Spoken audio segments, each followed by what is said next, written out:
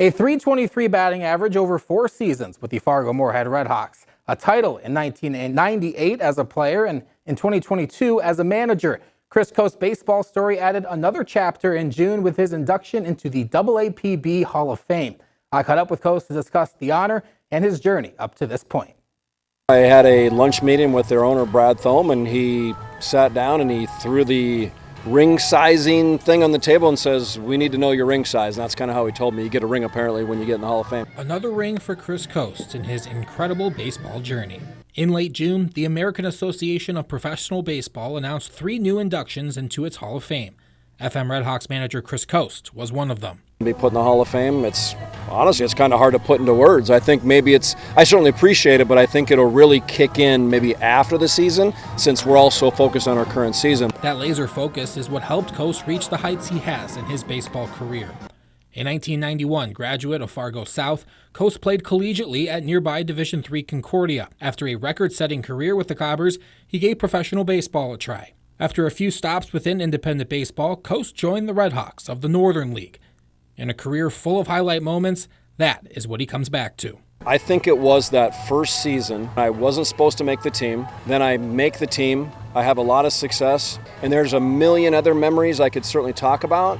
But that first season with this stadium and the fans and the success and how it jump-started my career, it turned me into a catcher, which got me to the big leagues. I mean, I could go on and on. I could write a book about this stuff, to be honest with you. The 33-year-old rookie, if you haven't read it yet, Coste proved that you could make the big leagues from independent baseball.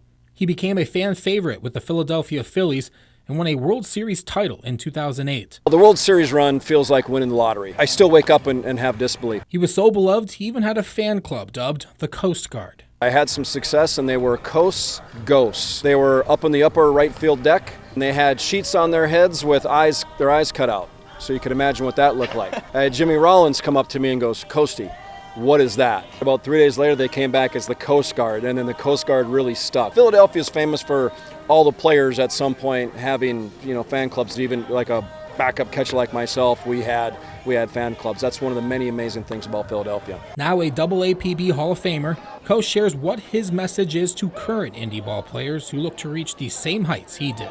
This could end at any moment. In the Doug Simonic line of, you have a uniform on your back, you have a chance. And then pay attention to what's going on around you, because you will see guys make it.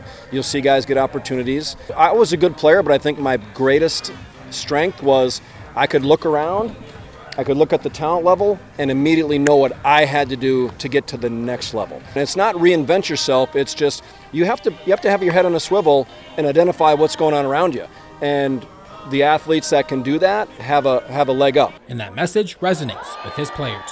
He's one of the very few people that use this league to propel himself forward in his career, and he's here to guide them and lead them and kind of, like I said, give them that unique perspective that only he can, because he's one of the very few people that have done it.